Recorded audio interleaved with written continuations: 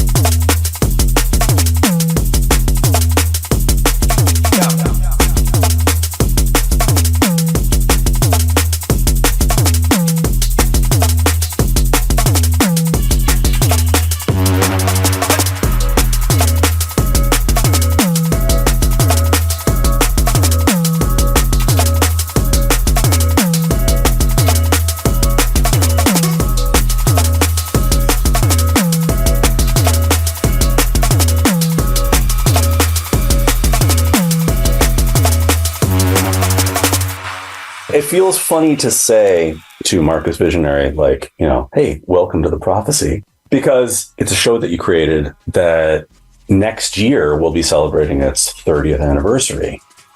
Obviously, you were, you know, the leader of the show for a very long time, and then you moved on to yet another legendary broadcasting entity with Cool FM.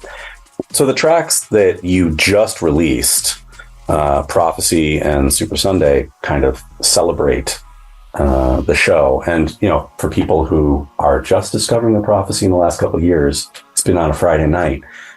traditionally the Prophecy has been on a Sunday. So talk a little about the inspiration behind these tunes. Obviously the anniversary is coming up, so it's appropriate timing. But what does the Prophecy mean to you, especially in the grand scheme of, Toronto and jungle and how that kind of runs through your DNA? Yeah, well, first of all, I want to say a big thanks going out to all of you guys, because myself and Prime, we took it to 20 years, and then James was already involved at that point, and Gremlins, and Scott Free, and when I moved on to Cool London, it was, I could have continued with the Prophecy, but I just thought to myself, I was like, you know what, it's in good hands, and it was going to be too much work for me, because I was going over to Cool London, and at the time I was doing 2 shows a month at Cool London. I took it down to 1 show a month, because I don't really like to play the same music on every show. I want every show to be special, so I want to big up the entire current crew, Track D2, Scott Free, Polaris, yourself, Mr. Brown. I don't know if I've left anyone out there. The crew is constantly always growing, so I got to big you guys up, because I know it takes a lot of dedication, a lot of time, a lot of hard work.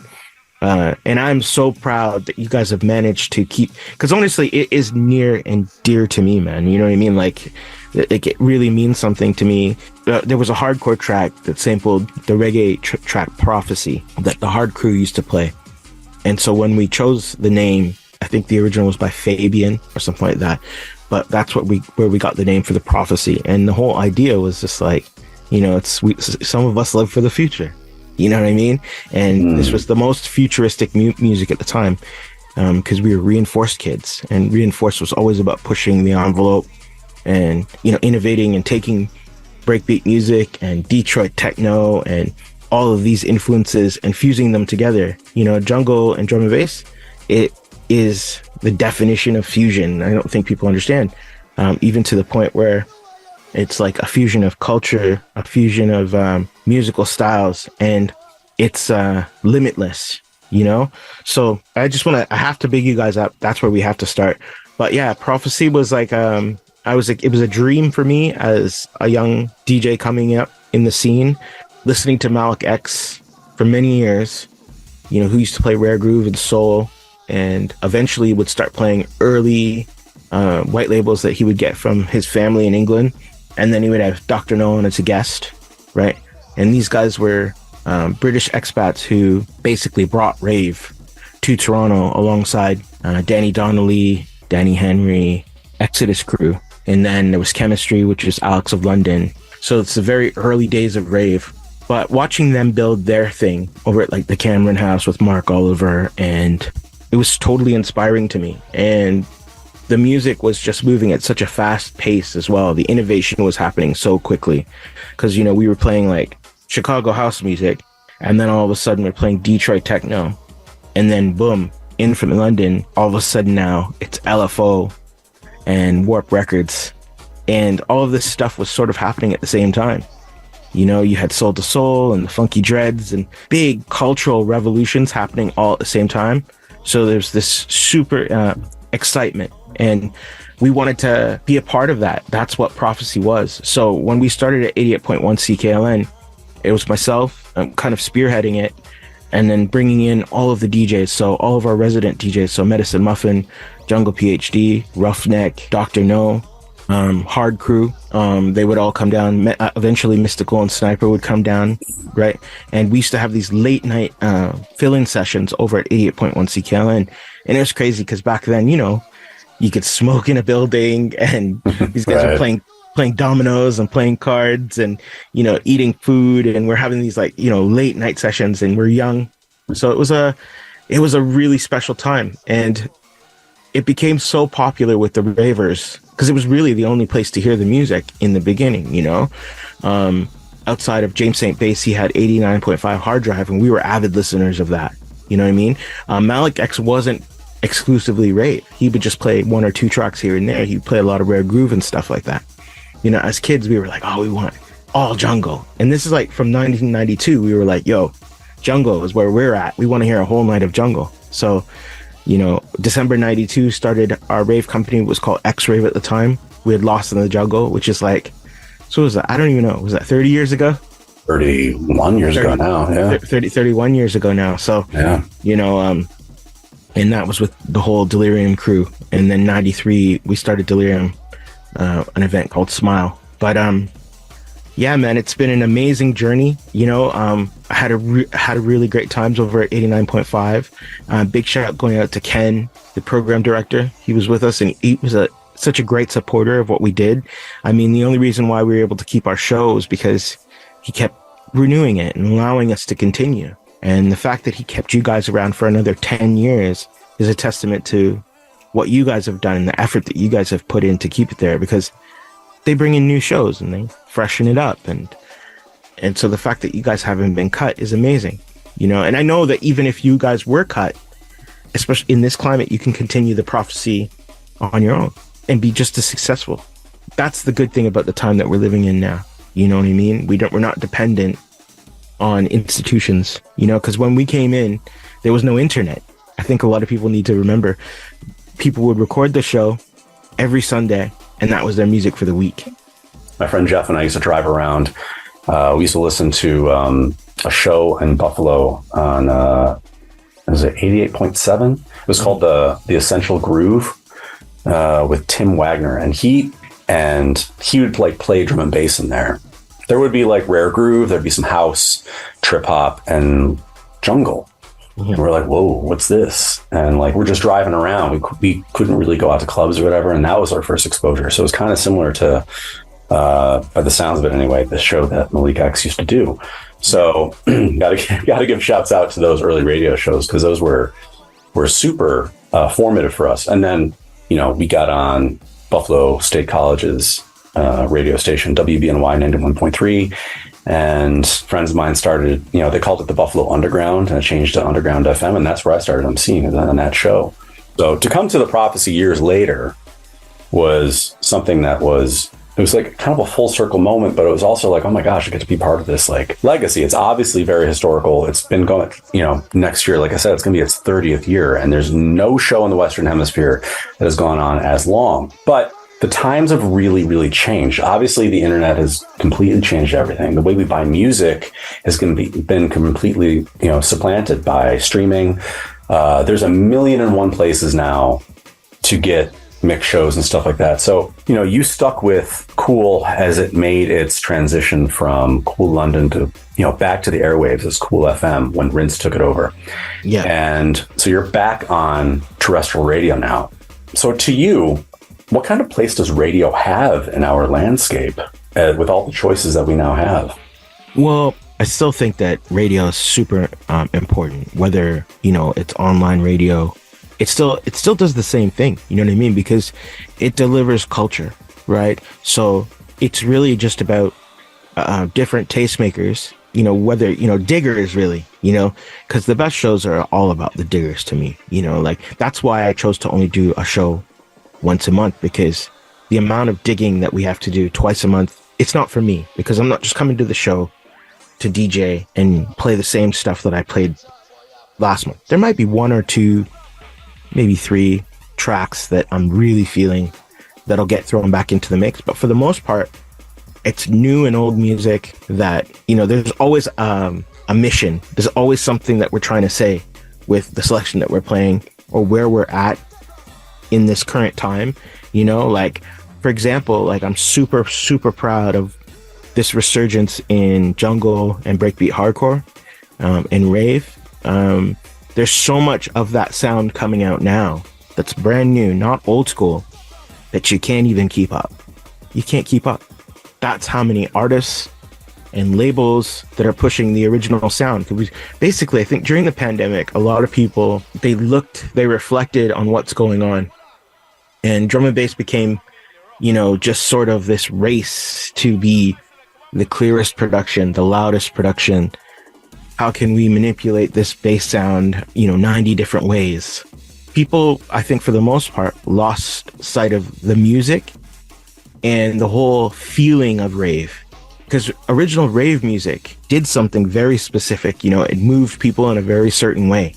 I could see with the current state of drum and bass, especially rollers, with the rollers and the foghorn kind of sound, and even the new jump up, it was just being made for kind of MCs.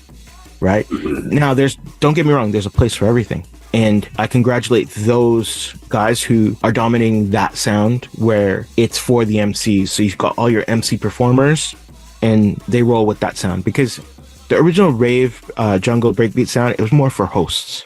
You know, the music's already so filled up with pianos and pads and breakbeats and changes and mentasms and, you know, so much music in there. They're full songs.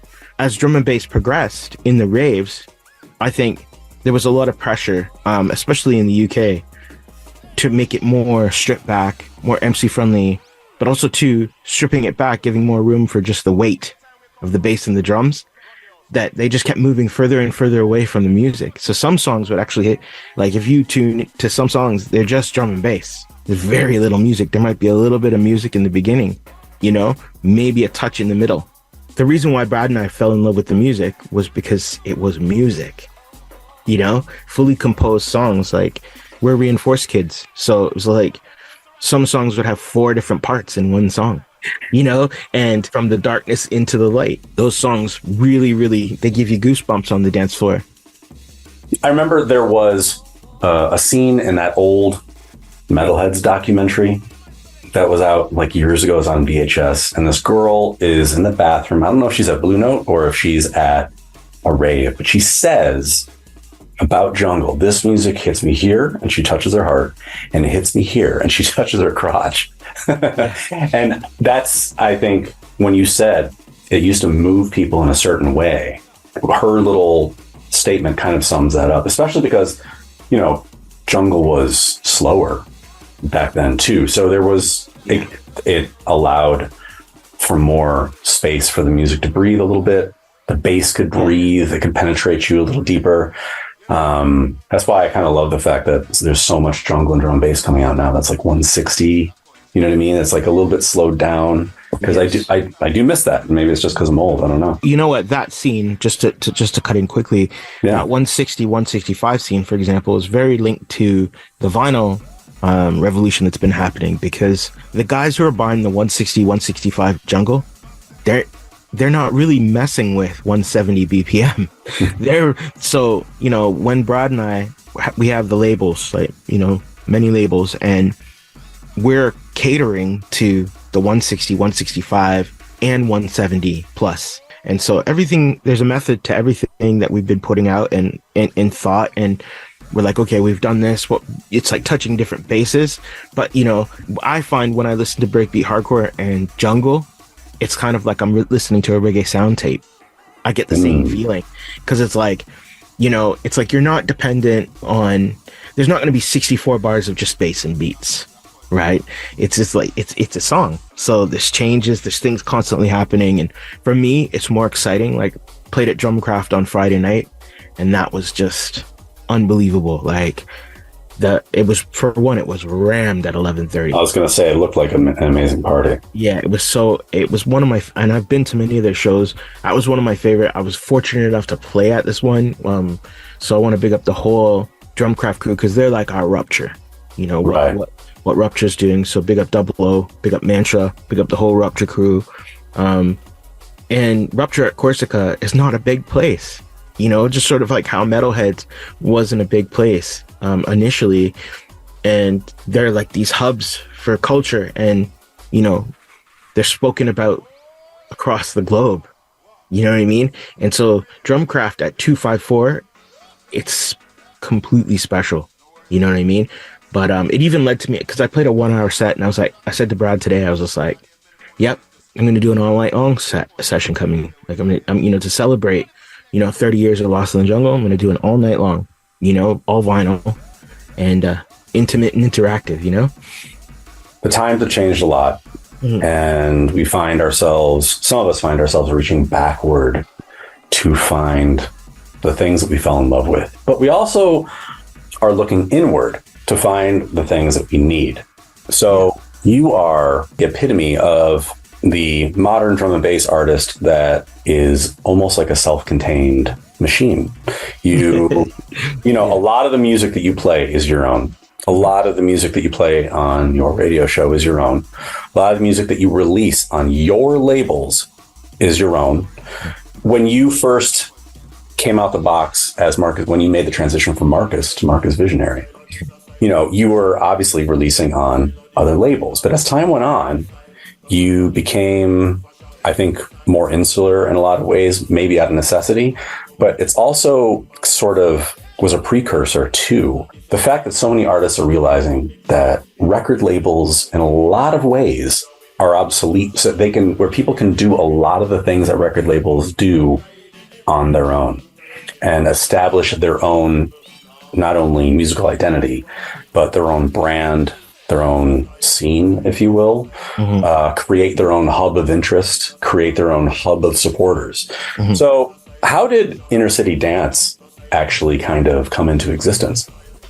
Well, Inner City Dance, so originally I was releasing for Digital Sound Boy in 2005, and I was also releasing for, at that time, signing my stuff to other labels. So I had a release through Marcus Intellects for Revolver. I did 31 records for Doc Scott. I was working with Flight over at Play Music, which was her label at the time. I was working with Aries and his whole crew. And that whole experience was just like my foot in the door. And at the time, I'll be honest with you, like, we were just learning the craft. I'm not really proud of those productions, you know what I mean? I feel like the music that I'm making today, I've finally gotten to a place where like I fully understand how to express myself musically, like now I can think of something in my head and go in the studio and make that, And so now it's like, if I'm feeling anything, if I'm feeling, a way about something that's going on in the world, I can go and express that in the music, and there's going to be a lot of that in the future. Was that kind of feeling the catalyst for how you and Lush came up with Inner City Dance? Well, you know what? So as I was releasing with all those labels, and then I was also working with Lion Dub for Lion Dub International. I worked with him for a really long time. I said to Brad, I was like, you know what? I want to start something. Actually, I was like, yeah, I want to start a label of my own, and I need somebody to help me admin the label, right? Because I just, you don't want to do everything on your own. At the time, I didn't. I had we were Cygnus. It's 11 years now we've been doing Inner City Dance, and we're just hitting our stride now.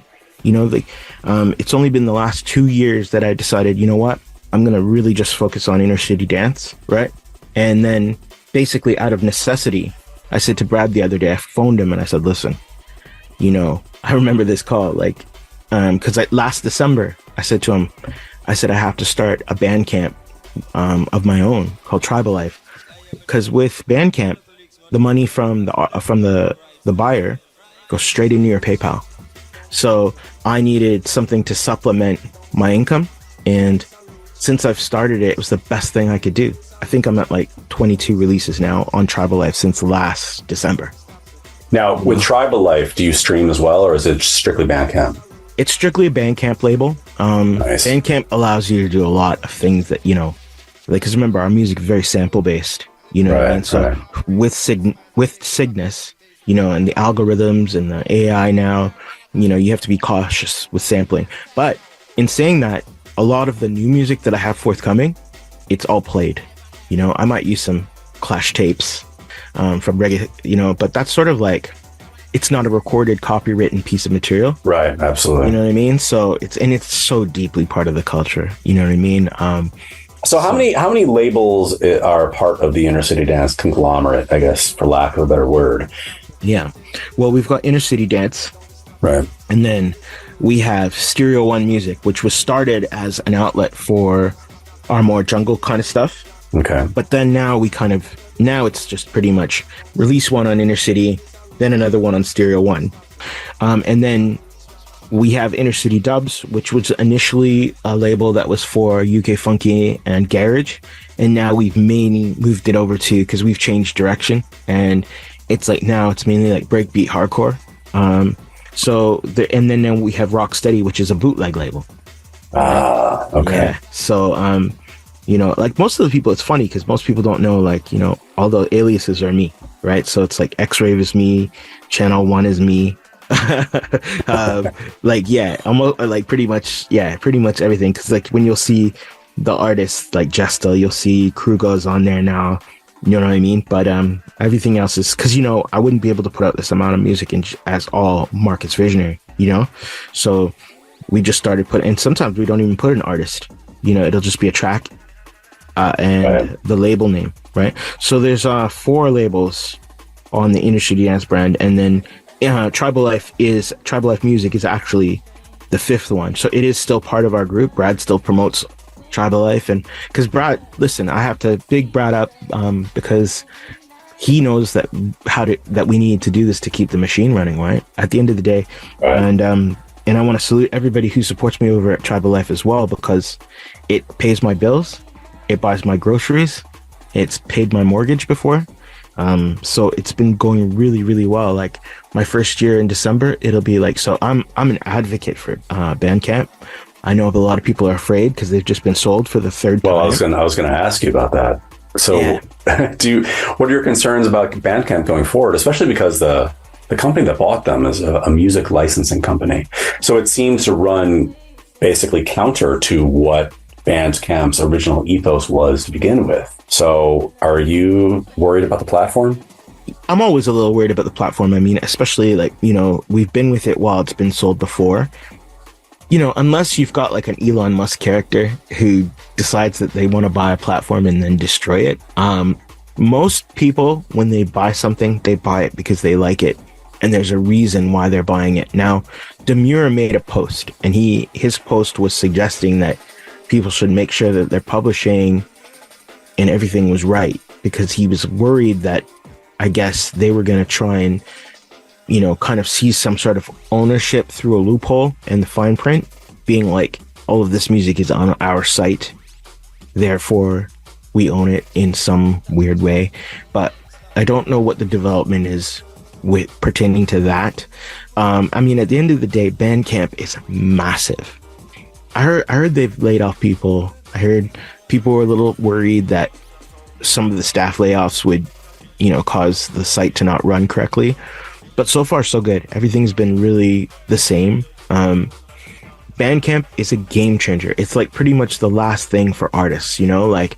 Well, it's the closest thing we have to record stores too. So yeah, you know, and we can charge more for our product, you know, and the great thing about Bandcamp too is people tip. People very rarely buy a track. Like my tracks will sell for £2, but they very rarely buy it for £2. They'll do £2.25, £2.50, $3, £3, you know, and with the exchange rate, that helps for me because Bandcamp will take their little, you know, I think it's like 15%, I think, right? And then the rest is for me. So on a £2 release, I make £1.51, right? So it's a life changer, and you can have merchandise on there, and it you know, I tell all the young people I know, like I told Ace the other day, I said, you got to get yourself a Bandcamp because he's a producer, and you know, he's running all his companies, and he was like, yep. As soon as I get off the phone, I'm setting one up, you know? Oh, absolutely. So we're going to meet, and our track's coming over this week. And, you know, he's got his Bandcamp, but we're always talking because there's so many things you can do, right? Right. And we're always like, anytime we get on the phone, it's 2 hours. It's like, you know, just talking about stuff we can do as artists, you know? Yeah, definitely.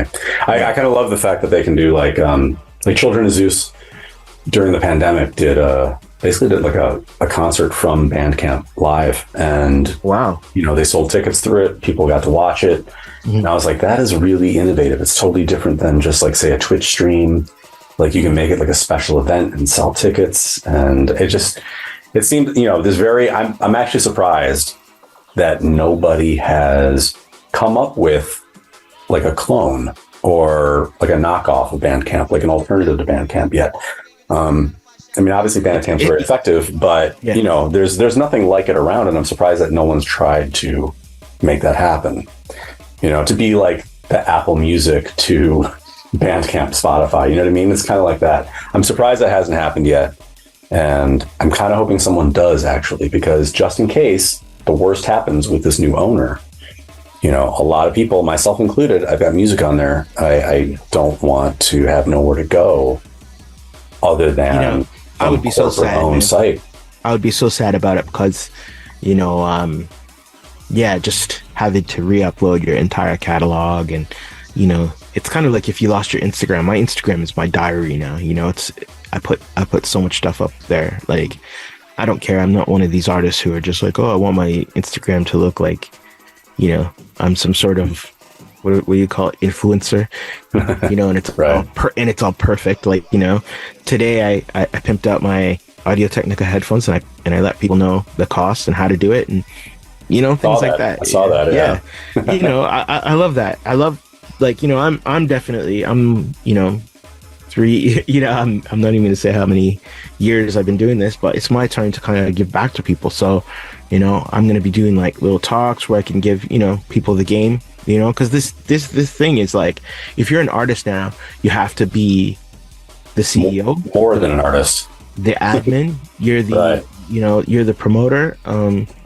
You know what I mean? You wear like many hats, and also too, you have to have multiple sources of income to keep going. Like, I've been a full-time artist since the 90s now, you know, and so, you know, thankfully I'm here still, knock on wood. And you know what, after the pandemic, everything is just, it's just now getting back to what it was. Right. And to be honest with you, we were kind of hitting like a really bad point in Toronto. Things were, parties were sort of like dying, you know, everything was really small.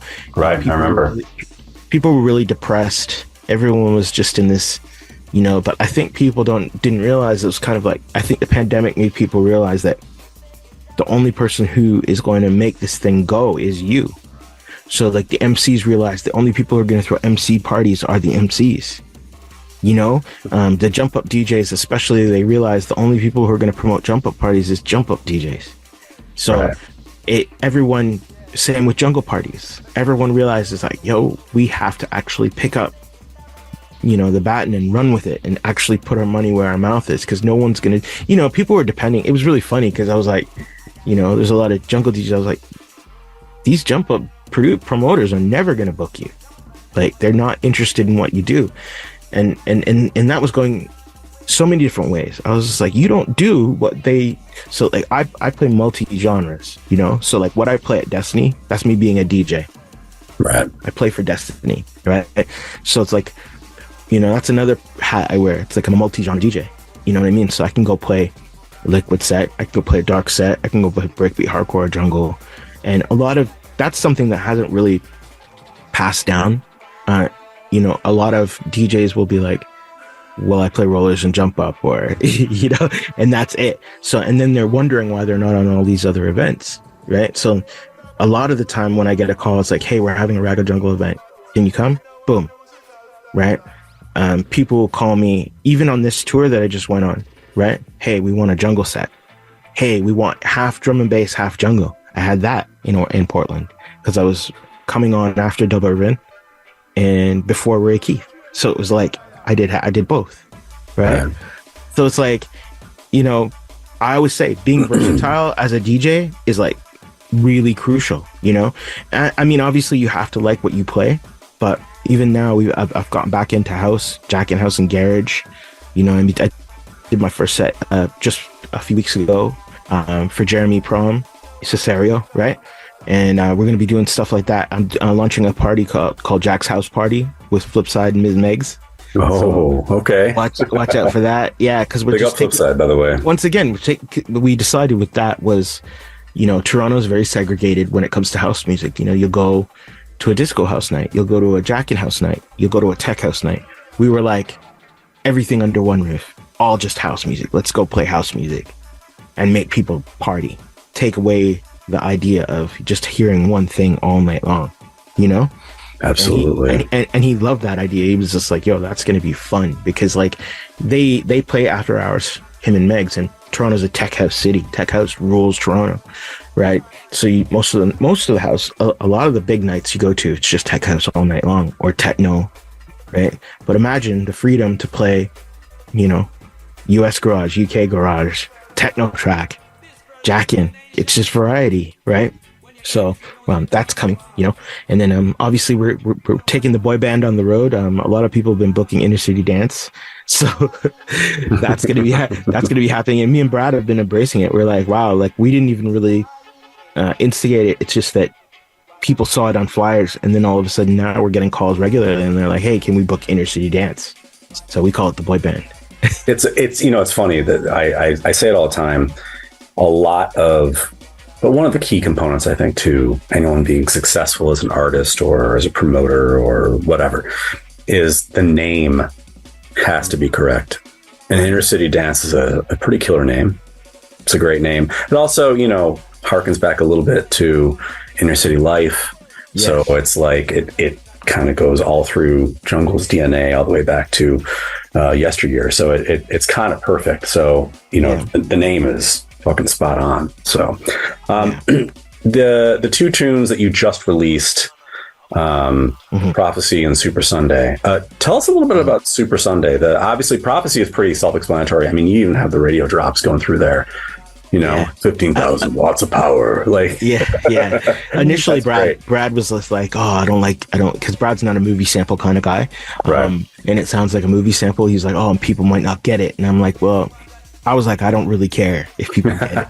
No, because it was made for people. It was made for Prophecy listeners. Like, right. Just as a piece of art, like, with all the little Prophecy drops in there. And also, too, it was just one of those sessions where it really just sounds like a time at Prophecy. There was a time where we were playing music like, that was like sort of like that Metalhead's reinforced, even Dread sound, that, the darker sound. And yeah, man, it was like a one night session, came together really, really good start to finish. And I'm really happy. But Super Sunday was a lot of the MCs were like, yo, you guys are not making any music for MCs. So I said to Brad, I was like, you know what? I'm going to make a couple of rollers, jungle rollers in the frame of like Bonanza Kid on Philly Blunt and Buck Rogers. Those were like some really big ones back in the day. It was just like a big 808 and it's rolling. It's just like, the slight little bass line changes, little dub outs of music. So there's lots of room other than Dr. No in there that I sampled off of a rave. Saying jungle music nonstop, not big up, you know what I mean? Then it's just MC go, you know what I mean? Right. So I made it for the MCs because to be honest with you, this is a funny. I'm talking to an MC, and I wanted to have this conversation with you. Basically, what people don't understand is 99.9% of the time when I play all throughout North America, there's no MC at the party.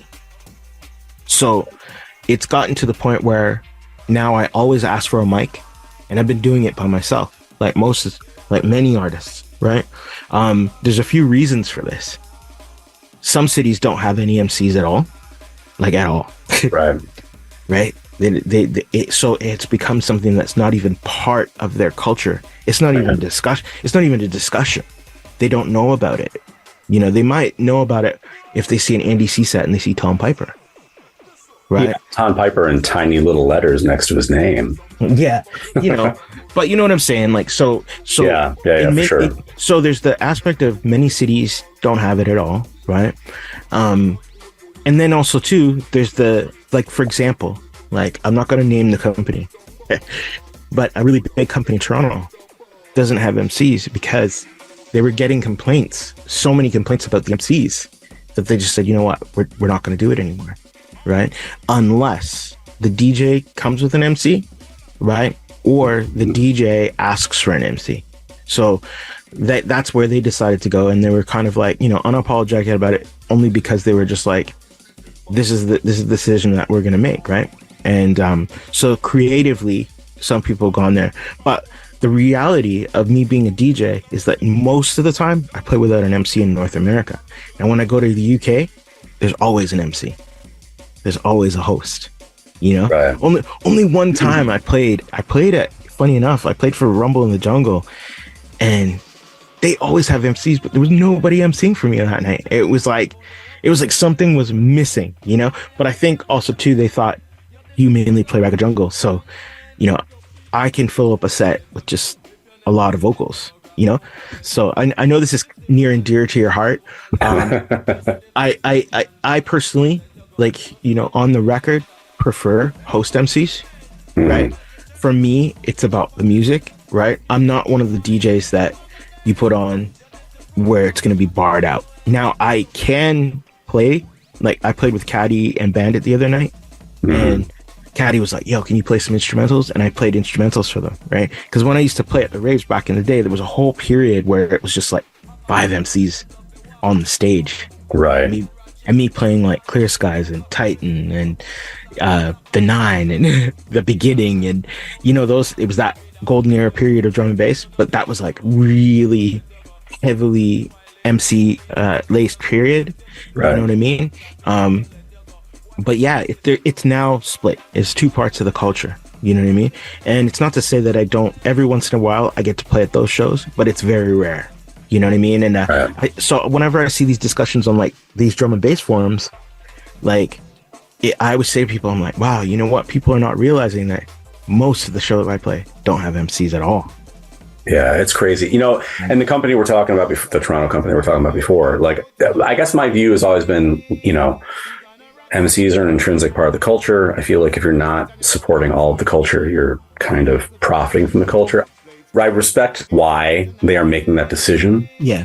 And, you know, honestly, there are MCs that just are not cut out for the type of night maybe a promoter wants to curate. You know what I mean? What I don't love is that MCs are not booked the way DJs are booked. And it's just one of those things that for some reason, a lot of promoters just will not validate MCing as an art form on the same level as even a support DJ. You know what I mean? Well, you know what? I've had this conversation with Track, and so it's 2-tiered. And I think a lot of people don't understand. A lot of the time it's financial. There's only so much the promoters can book, right? Financially. I think people forget that part. But in saying that, there's a lot of MCs locally on the circuit that are hosts, right? And then that just comes down to, because I'll be honest with you, some nights I want it, and some nights I want to do it on my own. Do you know what I mean? Because now I've gotten accustomed to it, and sometimes I played a show the other night, and they didn't have a mic next to me, and I was just like, I was like, you know what? From now on, I have to have it here, because there's things about the songs that I even want to relay to people, you know, and just that whole connection, you know. That being said, that's something new too. JD was actually saying it to me. He was just like, wow. He's like, I can't believe how many of the DJs are picking up the mic now. So what happened was, with the MCs not being booked for financial reasons, it's not that foreign to a lot of guys. Like, you know, especially if you come from sound system or like the hip hop period, right? It was just like, okay, because, you know, I'll give you an example. Like Terry T's a wicked host, right? Double O sick. Like great host, like, you know what I mean? These guys have the ability to pick up the mic and they're DJs. And so on the flip side, Inja was just like, I'm gonna DJ, and me and Track had that conversation. I was like, Track, you know what? You're gonna have to DJ, and he was just like, but I don't want to. We even chucked around the idea. He's like, you know, of doing a little like I'm the DJ and he's the MC, so that's on the table. Like, well, that's what Diligent Thinkers is doing now. He's like, you know, because he MCs and he DJs and he produces, he does all of them super well. He's just like, I'm just going to start MCing for myself.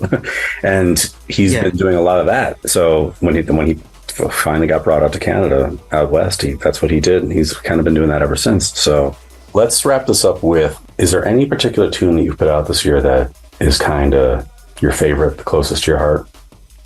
I got a really soft spot for a track I did last year. It's called Stay. Okay. And it was because, you know what, it actually won Track of the Year at the Toronto Drum and Bass Awards last year. And I was happy because actually Brad and I, we didn't even announce or post anything about that award show, you know? And it was cool. Like, I don't know who nominated the track. And then the fact that people went and listened and then voted for it was amazing, because NC-17's been putting stankers out on like all the big labels. Violins and Jester, Fire In, Rumbleton. There's a lot of really great producers in Toronto, you know what I mean? So I was stoked, you know, because that means that people went and took the time to have a listen. But the reason why I like that track is because a lot of tracks that are like hard but emotional, Okay. You know what I mean? I mean, listen, there's a whole Liquid scene, but I think the Liquid scene really gets, sadly, I think Liquid gets a bad rap as being like this really soft. I think people forget, like, you know, the original Liquid scene when Fabio was doing it, it was tracks like Desperado and like, you know, it wasn't all, it basically just meant more musical drum and bass. It didn't mean that it had to be soft. I think all of us on the Prophecy hosting team, we see this release, Prophecy and Super Sunday, as really like kind of a full circle moment. You know, the founder of the show has put out a tune that is like sort of an ode to not only the show, but that time period from which the show sprang. Mm-hmm. And so it's definitely a thing of beauty. And so I think all of us are highly appreciative and really love the tunes because they are pretty fantastic tunes. So yeah, man. Well, thank you so much for having me. All right, have a good night, eh, bro? Yeah, man. You too. I'll talk to you soon. All right, bye. All right, easy.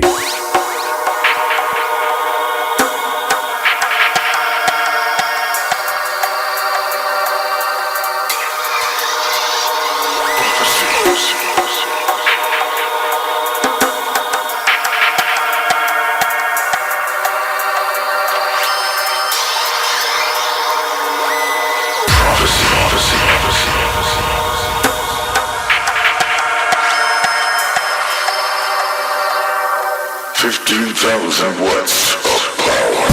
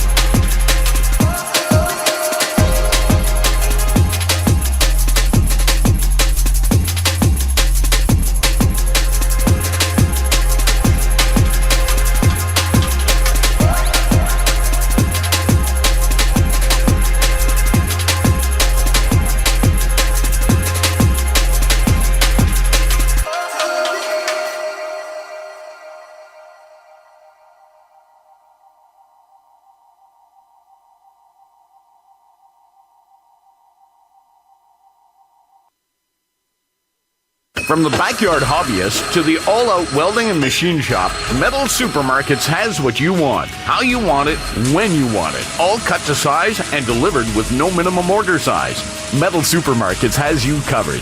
No matter what the project, with over 8,000 products, Metal Supermarkets is your convenience store for metal. Open Saturdays now through August and closed on long weekends. Metal Supermarkets, 16 Truman Road, Barrie. Online at metalsupermarkets.com. From the roots up, CIUT 89.5 FM, Toronto.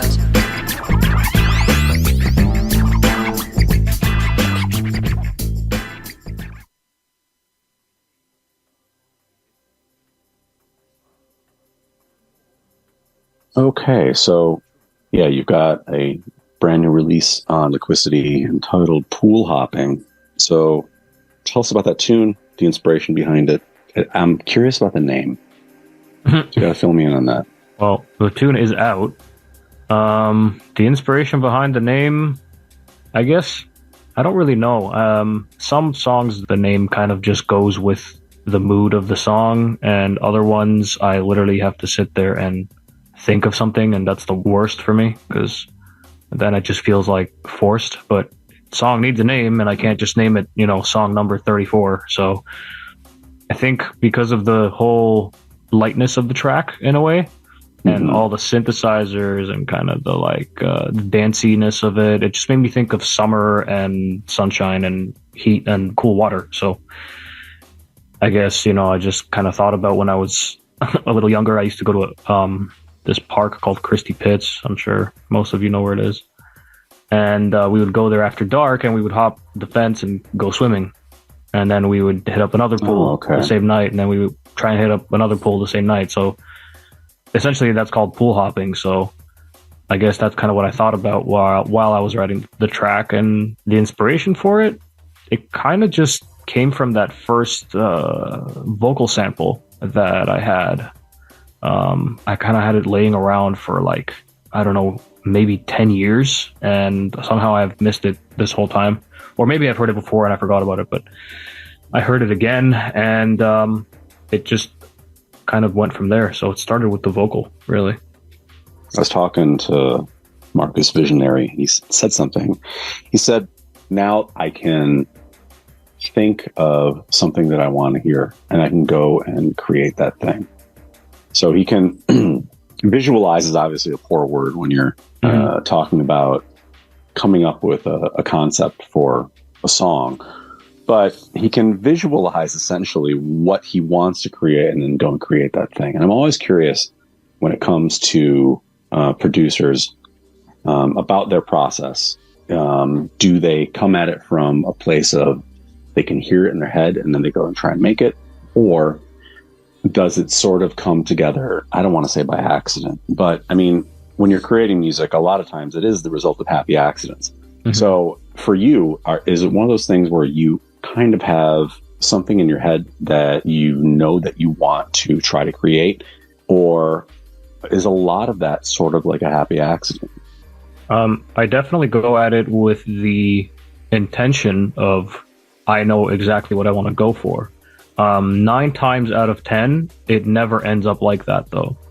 So for me, it'll start with an idea that I have in my head, and I kind of know what I want to do with it. And maybe within, I don't know, the first, 16 bars of the track, I just kind of throw something in there that is completely separate from what I originally wanted the song to sound like. And then it sounds 10 times better than I even planned it to sound. So kind of like at that point, it starts writing itself in a sense.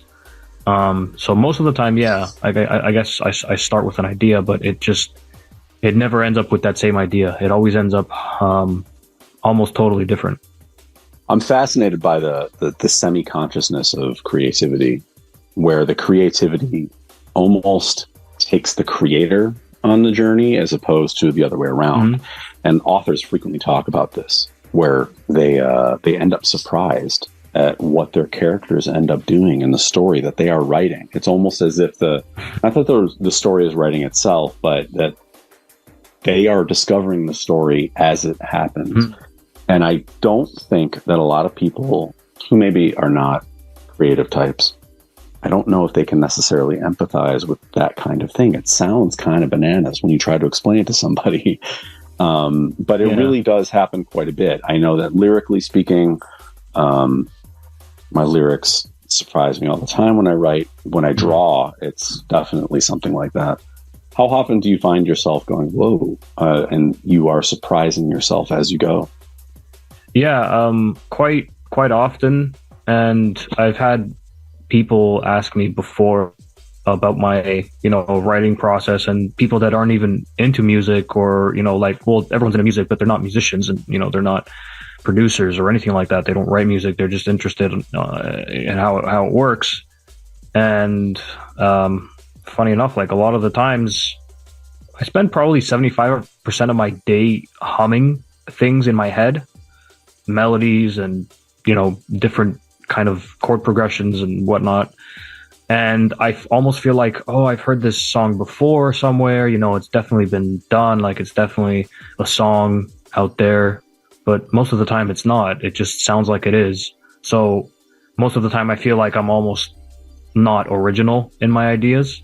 I mean, it's hard. It's hard to be completely 100% original, anyways. But of course, generally sounds weird. But right as I kind of get out of bed in the morning, like when I wake up, first thing when I wake up in the morning, most of the time I have things playing in my head, and I don't know if that's whether I was dreaming about something and something was playing in the background of my head while I was dreaming, or if it's just kind of like just happens as soon as I wake up. But that's usually when I get the best ideas, and I've done this before where I've gotten out of bed before work and just turn on my PC and I just jot down this idea really quick before I leave so I don't forget it.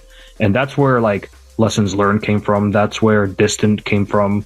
That's where a lot of my more popular songs came from. So, I don't want to get all spiritual here, but it comes from somewhere, and then it just kind of uses me as this, I don't know, vessel. And that's really the best way I can describe that.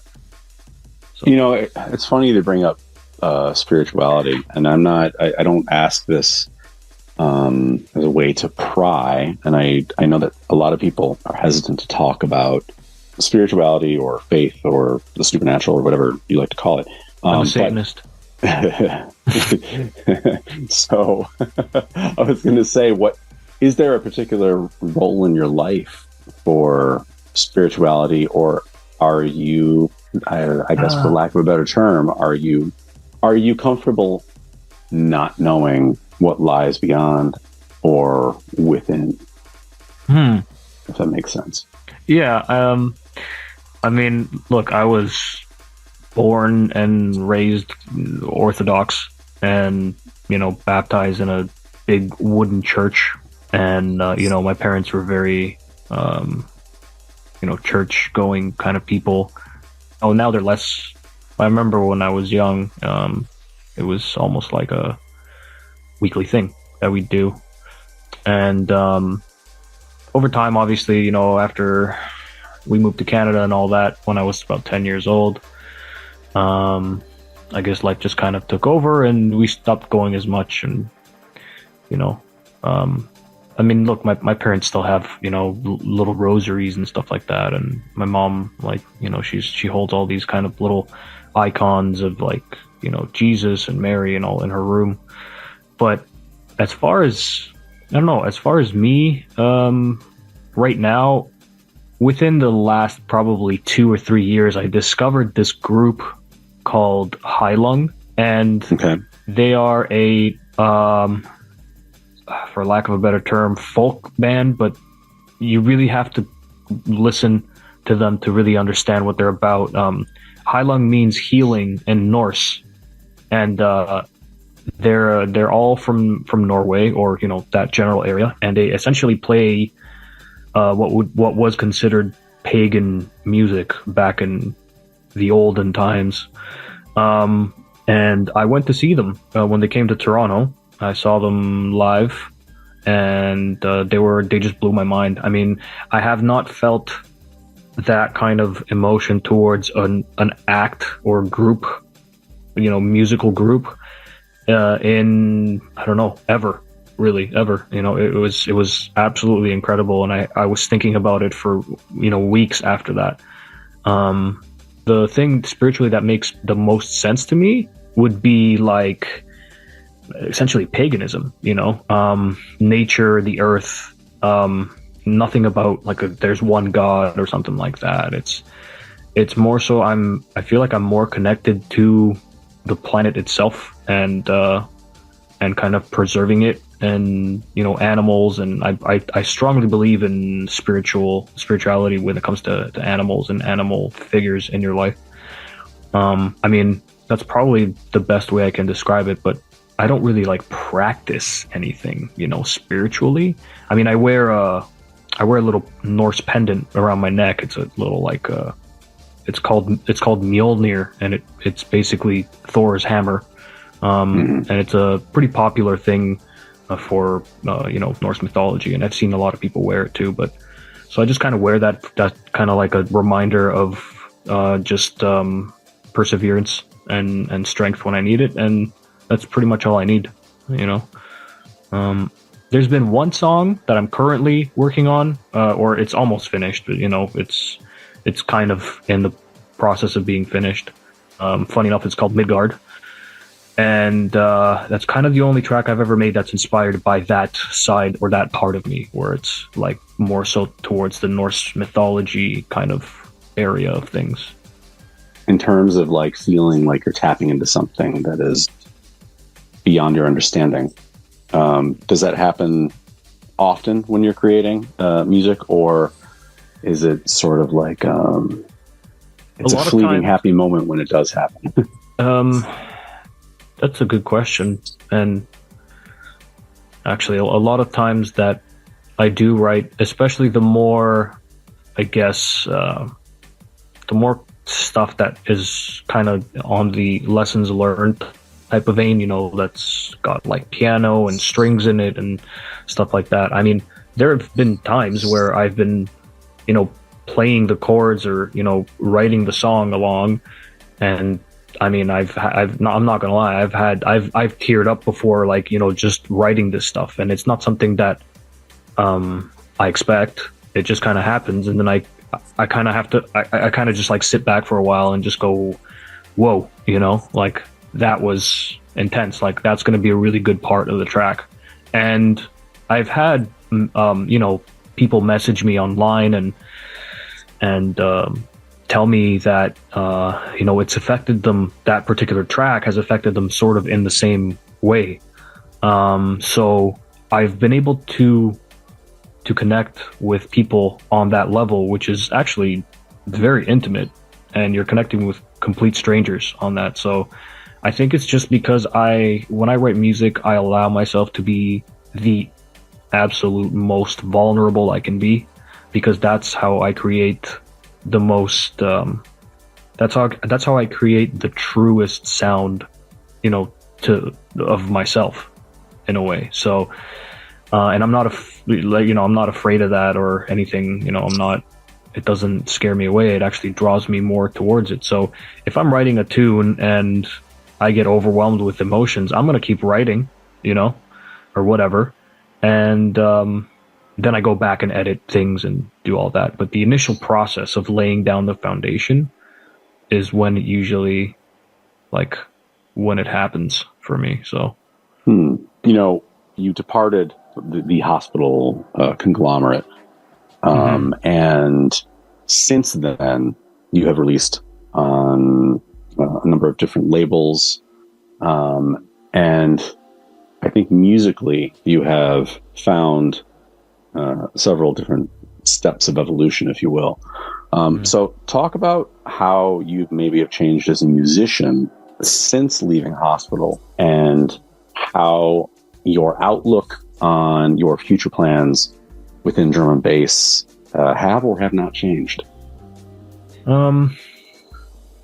Well, when I got sort of, I guess, spotted by hospital, I was still in the very kind of learning stages of production. and writing songs. I don't even remember how long ago that was. Must have been 2018 or something like that, or 2017, I think. The Future Sound of Canada was the first like hospital release, and honestly, when they asked me to be part of med school, it was overwhelming, because immediately I started thinking, I'm not ready. Like, I'm not on that production level with the guys that are on med school or were on med school already. So I think part of the reason why it kind of didn't really work out is because I sort of hindered myself with that way of thinking, and I let that kind of anxiety get the better of me. So I just kind of remained in the same patterns of writing, and I never really evolved too much during my time with hospital. I mean, obviously, I improved a little bit, with things here and there, and I was constantly looking for ways to make mixdowns sound better. And, luckily, I didn't have a problem with songwriting, because I always had ideas. And other people always called me extremely lucky for that, and were like, "Oh, you don't even have to worry about songwriting. You can just play something and it's a song." But where I lacked a lot, and even today, is a technical aspect of it. So once that kind of ended and they, let me go, I was like, okay, well, I don't really need to uphold any sort of, like facade.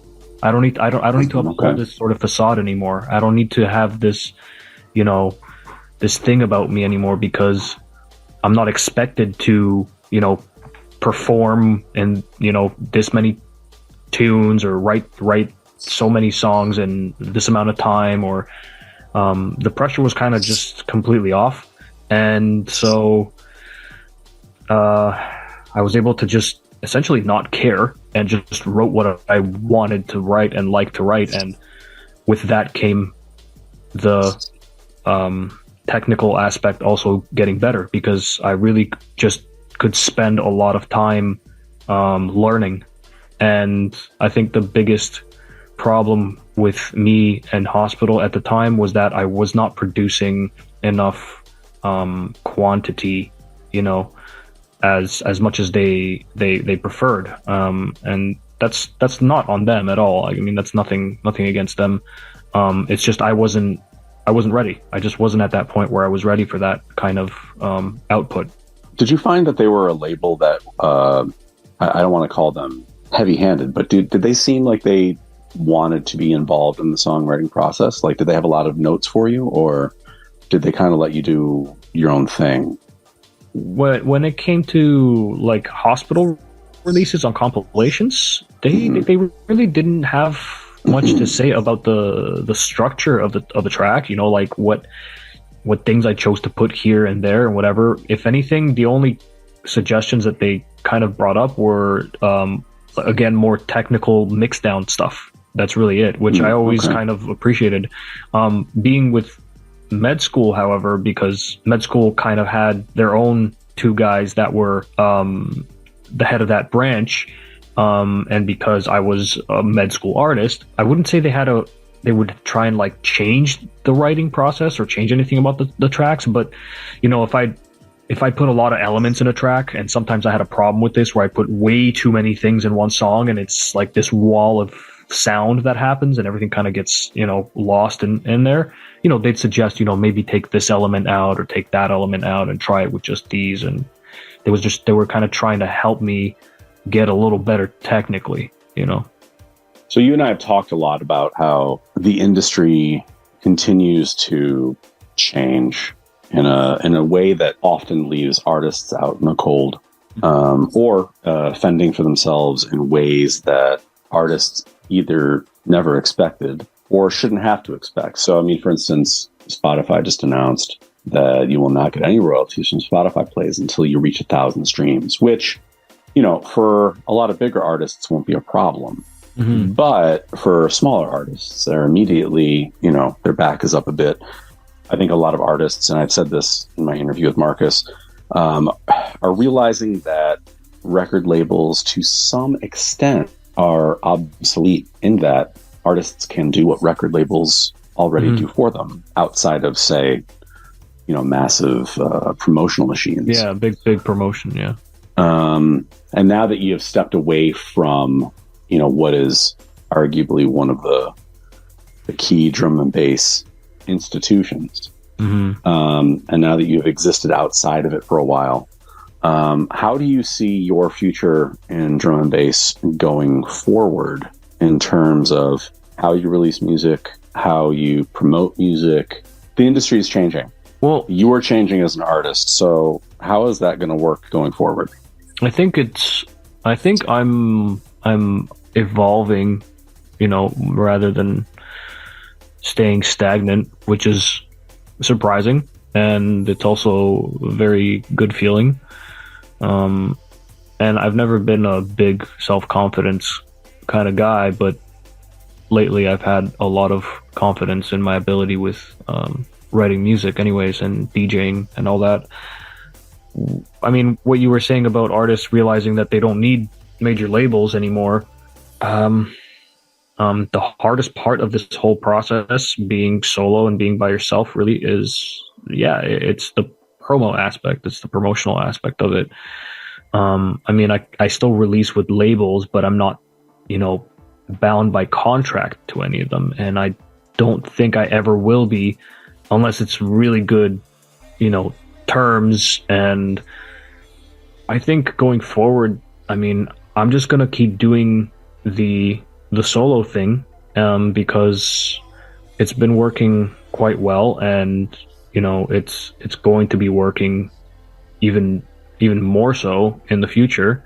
I mean, I guess I could talk about it. I have plans to open the label, and I'm essentially just gonna release all of my own stuff on my label's website. That's not to say that I'm gonna completely stop sending music to other record labels like Hospital and UKF and Liquidity and all those guys, but I've been so prolific lately, and I plan to keep it that way, that I'm now at a point where I just have too much music and I need to get it out there, and I think that's a very good thing. And for now, it's going to be probably mostly just my stuff, but in the future, I do have definitely some artists in mind. I mean, like, I know you're going to be one of them. Ritual's definitely going to be on there. Schematic, I mean, I got people in mind, but right. I don't know the logistics yet of doing that and releasing other people's music, and I probably need to figure that out a little bit more. But to wrap things up, is there a tune that really stands out for you as like something that's very close to your heart? Yeah, Lessons Learned is probably the one tune that really stands out to me, because number one, I was in a ditch at that point in my life, and things just weren't great. And that song was also sort of a turning point for me technically. And what I mean by technically, I mean like, I started to understand how mixdowns work a little bit better, what I should use in certain instances, what I shouldn't. And the whole producing thing started to finally click a little bit more. So I think that's the track, and it made it onto a Microsoft video game, which I played for months and months. Not because my song was on there, but because I've always loved Forza anyways. I used to play Forza all the time, and I don't know, I just never thought that would be something that I would ever end up doing. And recently, Kino and myself are on The Crew, which is another racing video game. We made it onto that track list as well. So I don't know. It's pretty cool. It's weird for one host to interview another, but yeah. Well, you did interview. You for joining me for this. I mean, you interviewed two hosts. Old host, ex-host, and current host. Yeah, right. The creator of all things that we know. Yeah. No, but thank you very much for your time, and looking forward to see what's next, man.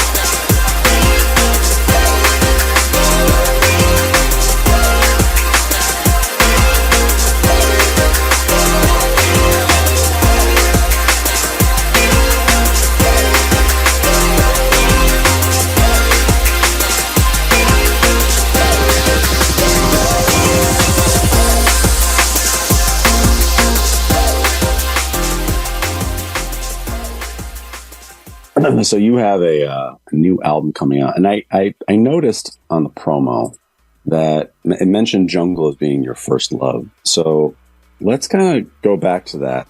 Go back to before you became Altered Natives.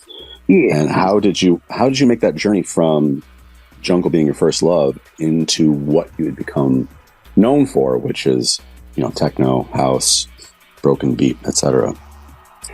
Right, like jungle is one of my first loves. Like my real first love really stems what kind of carried me into the kind of whole hardcore jungles like scene was hip hop.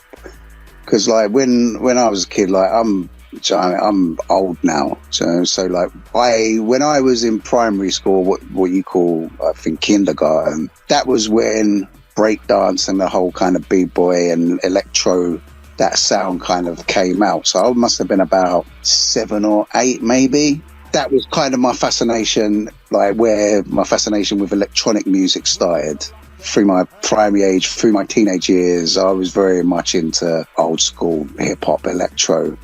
And then obviously the birth of acid house. That was kind of the music of my teenage years, was kind of acid house and pirate radio. That was literally my lifeline into electronic music and dance music. But and obviously when I was old, as soon as I left school and I was old enough to go raving, I was out there. So I mean, just absorbing as much as possible. And then obviously the hardcore, when acid kind of filtered out and it became more breakbeat, kind of hardcore sound, that was kind of when I was raving, and obviously got to witness the birth of jungle and like all the genre evolutions and crossovers. But yeah, hip hop is like my first kiss, I'd say. But yeah, jungle is one of my first loves. So what drove you to the musical path that you became known for? So basically, like in the 90s, I also used to be into graffiti, like pretty big. Like I didn't really see myself or think of myself of having an interest in music. Although like one of my hobbies as a kid, like I would make tape loops. I don't know if you like you get a double cassette player, keep looping a tape and making recording loops. I used to have tapes and tapes of loops. So that was kind of really my first kind of messing around with audio, was making these tape loops. And then I remember like working out that if I set the switch between the cassette and the aux, I could plug in the record deck and like catch 2 sounds at once. So I would like run the video for it, put little like sound effects over beats that I'd made and re-record it all over. And it was like that was really my first like entry into kind of making beats, I guess. Even though I never took it seriously. But like back in the 90s, I kind of took like the whole visual thing, because I was very much an artist, like painting and just art in general was my thing. And to me, that was my direction. Like my goal was to become a comic book artist. That was like really where I wanted to go. Yeah, me too. Yeah, like that was a real like big influence for me. It's like I still love comics. Do you know what I mean? To this day, actually, even like back then, you could just walk into people's offices and be like, "Look at my shit." You know what I mean? I'm sure you must have heard 2000 AD is like a very famous British comic, like Judge Dredd, and I remember walking into their office with my portfolio. I was a novice then. Like, I had some talent, but I was just walk straight into their office. Like, where's the editor? I want to see the editor. Look at my portfolio. And then they kind of obliged me and was like polite with it. But that's kind of how I kind of got by. It was just like walking into people's offices, like showing them my portfolio. But like it went from there, and then obviously with rave and the whole visual element of raves, like backdrops. So I kind of got into painting backdrops and designing, I mean, flyers and like record inners and stuff like that. And I got involved in a small rave promotion, which was really sketchy, like proper dodgy, like really like the whole, it was crooked. It was crooked, basically. Literally, it was really just to play to the ego of the guy who owned the promotion. Literally, everyone was kind of doing it for the love. because back then in the 90s, it was very much like the whole kind of, you see all that PLUR, like that was like, back in the UK in the 90s, it was like everyone was like, oh yeah, do it for the love kind of thing. But really, that was kind of more of an excuse for slave labour and, I mean, people doing stuff for free. Right. Yeah, I was with this like small rave promotion. They were literally a leech promotion. I say leech because they were basically leech onto other promotions. Like they put on nights, like they weren't like the greatest nights, but they put on nights nonetheless. But really, the whole thing was just to sell pills. Do you know what I mean? Like it was disingenuous, really. And like the guy who was behind it, he was a piece of shit, really. Do you know what I mean? As you read on the promo read, it was like I lost an eye to that. Do you know what I mean? So that was really where I eventually transitioned from art to music, because, do you know what I mean? I lost vision in my right eye, or my sight was starting to fail in my right eye, and obviously that affected my perspective. For an eye to lose vision, or a hand or a finger or anything, do you know what I mean? It's a big thing, do you know what I mean? It's like, you know, and also at the time, Valiant, I was an MC as well. I was, like I said, I was very much into hip hop, and I was very much into writing. Do you know what I mean? So I used to write. I wasn't like a rave MC, but do you know what I mean? I was very much into my hip hop, and I ended up getting into starting like a little like demo like group with a friend of mine. And his dad was basically helping us kind of realizing our ideas, because he was actually he actually had like a few hits, like, and was kind of involved in the very, very early days of like hip hop, and like was behind an early British act who kind of crossed over. They were called the Wee Papa Girl Rappers. They weren't my cup of tea. Lovely girls. I remember them. There were a couple of twins, and he was like behind one of their hits, and he was also behind another band that was quite big in the 80s. But he was basically helping us realize how we would basically bring him our samples, and he would get them onto the MPC, like into the Akai, like just sort of like, I mean, we would just kind of rely on him to help us. And that was really where my interest in production stemmed, because I was obviously, like I said, I was making those tape loops when I was a kid, and obviously I had a taste for it. Do you know what I mean? So I like being self-sufficient. I hate relying on people. Do you know what I mean? So I ended up going and doing a diploma in sound engineering and MIDI technology, just so I could be more self-sufficient and have that knowledge. Do you know what I mean? So I don't really have to rely on anyone. And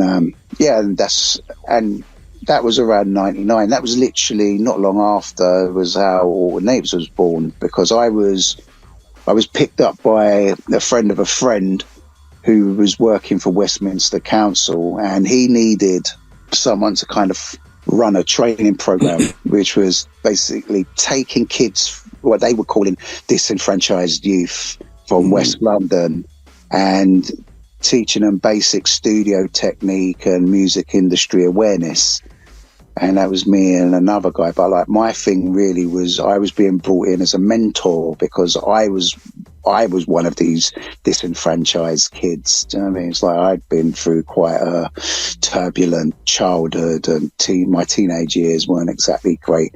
Well, like, my younger adult years weren't, but like, obviously I'd kind of lived life. Do you know what I mean? I'd seen quite a lot, and I was kind of brought in as like a role model mentor.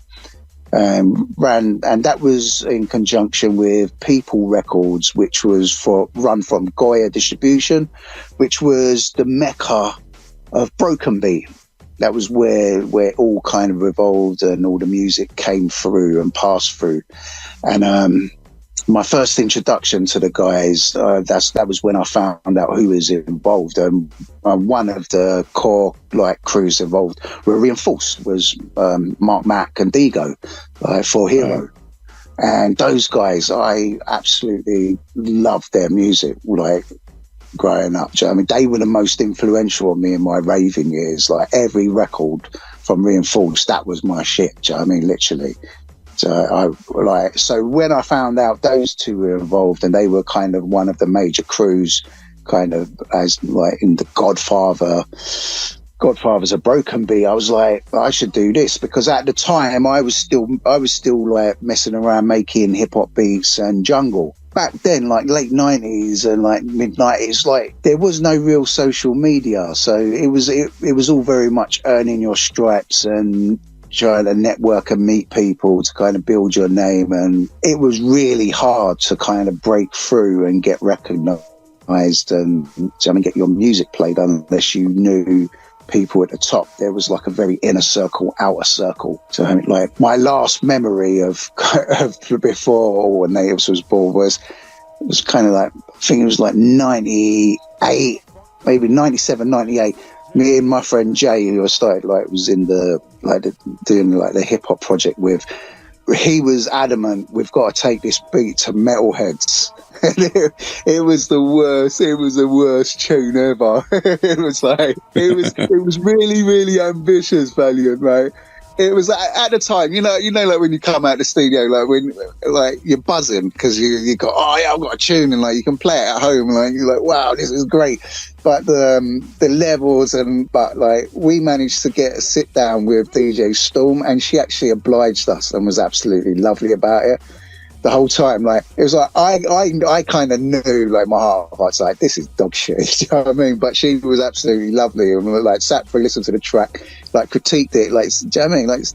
Like absolutely like wonderful person to do that. Do you know what I mean? Most people won't give you the time of day. Like now these days, you'll email someone a demo, like they'll just generally ignore it if they don't like it. But like she actually sat down with us and like was like, oh, like try to give us little tips and pointers, and sent us home with like a box of records, which was a buzz as well, getting a box of records from Metalheads. Yeah, that was the old days. It was brilliant. But so kind of 99, 2000, that was when I got involved with Goya and started running people training from there. That was how I got into Broken Bee. That was the birth of Altered Natives, really. Everyone that I speak to who is, roughly in the same age range, every single person that I talk to when it comes to discovering jungle always goes back to Reinforced. It's like, and it's amazing because obviously so many people give Reinforced their flowers or whatever.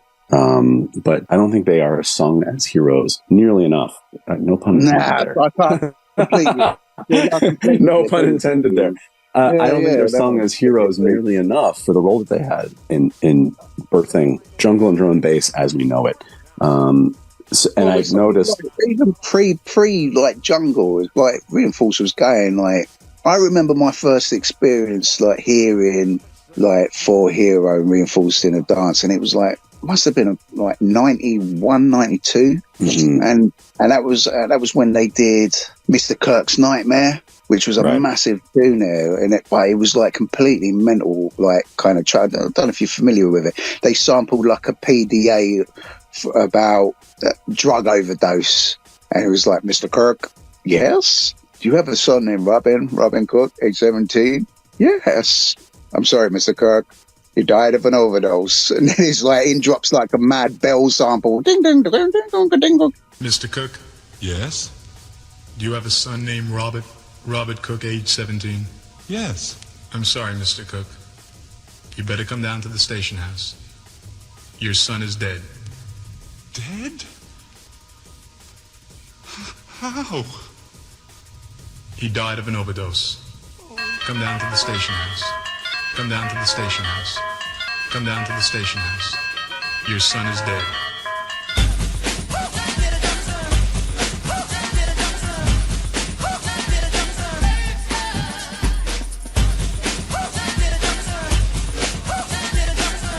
That shit was mad, brother. I remember hearing that. I was like 17. Yeah, it was pretty mind blowing. Like that was kind of really. And there was a B-side to that For Hero track called The School Child, which was obviously like coming from a hip hop background and kind of that whole b-boy electro thing. Like one of the things that I loved the most about kind of hardcore and like jungle and drum and bass was breaks, because like they were like food for dancing. Do you know what I mean? It was like, it was always about breaks. Do you know what I mean? And I still, to this day, I love breaks. I love hearing drums, live drums for me, like drums. Yeah. Like, and like, again, going back even further, like back to the tape loops, I was obsessed with drums. So if I would go through my dad's music and like find, do you know what I mean, little like drum solos, I would like loop it. Do you know what I mean? Did you ever play drums? No, this is one thing. Like, yeah, it's just like, obviously, like I love drums. You can hear that in my music, but yeah, it's never too late to start, man. Never too late. Yeah. It's there's tons of things I'm kind of like, oh, I would love to kind of tick that off my bucket list. But yeah, when you were making this album, were you kind of like channeling those old reinforced vibes that you experienced when you were young? Let me bring up one other point. Is this album a cumulative thing that happened over a longer period of time, or did you actually sit down and make it kind of all in one go? No. Actually, this project has been probably the longest project I've kind of worked on. It kind of spanned across just over 3 years writing. I think when we started talking was not long after I released my 9th album. And I don't know if you remember, like, I just had a near fatal severe heart attack. Oh, I remember that. So I was like, where everything was so mysterious and like the doctors didn't really understand how I survived and whatnot. I obviously thought that 9th album was my last, which was why it was so kind of, I'd try to feel everything across the board and touch everything that I loved. But it obviously went into lockdown, and I was obviously, with my condition, I had to be isolated just to protect my health. Do you know what I mean? So yeah, I spent a lot of time kind of in isolation. But I don't know, most producers, we're quite happy in our own company. So I did it like standing on my head pretty much. Do you know what I mean? Like, I was fine with it. And that was kind of where I scratched out the album, just pinned it all down. But the album was really more just to take all the knowledge that I've accumulated in the past 23 years as alternatives to create the album that I couldn't really make 25 years ago, because I didn't have the skill, the knowledge, the understanding and the richness and depth of my own musical taste, which I've built over the years. Do you know what I mean? Obviously, I was mad into my hip hop and knew about reggae and everything else, but like I needed to gain that experience and that and that character building, I guess. And this is basically the album I've always kind of wanted to make, because one of my favorite periods in drum and bass was kind of the late 90s, the whole kind of Blue Note metalhead era. But in terms of kind of this album, I obviously wanted to kind of tip my hat to a lot of my favorite producers, and obviously like For Hero were in there, but it wasn't an obviously conscious effort to be like, right, this one's going to sound like this guy, this one. It was just really more to kind of express my love for this music that had kind of been so pivotal in building my sound, and obviously my history as a teenager to my adult years. I think it's interesting that the album is called Time Decays All Things, and the cover art is roses, surrounding the two belt buckles. But we don't think of metal as decaying, yet everything else does. Was that an intentional choice artistically, or was that sort of accidental because the belt buckles look cool as fuck? Yeah, that was kind of more reference to obviously my time from kind of like b-boy years. Do you know what I mean? Like name belt buckles. Do you know what I mean? That was kind of a thing. And the Alternatives buckles was actually originally, when I was coming up with the artwork, I only had one buckle. Like I only had the altered buckle, which was mine. And the Natives buckle belonged to like my friend's dad, Ian, who helped us when we was younger, trying to realise our ideas like on the MPC and the Accolade sampler. I bought him that because when I started with Natives, I was still using his studio, and a lot of my early productions were built on the MPC. So Ian like was an honorary member because like when I started All the Natives, obviously I was doing a lot of it on my own, but Ian would help because Ian was also a musician. So like he played some keys on a couple of tracks and guitar because he was also like very well like skilled and talented guitarist. So like he would like drop some licks on some of the old tunes. But I brought him that name belt as like, do you know what I mean, an honorary member gift.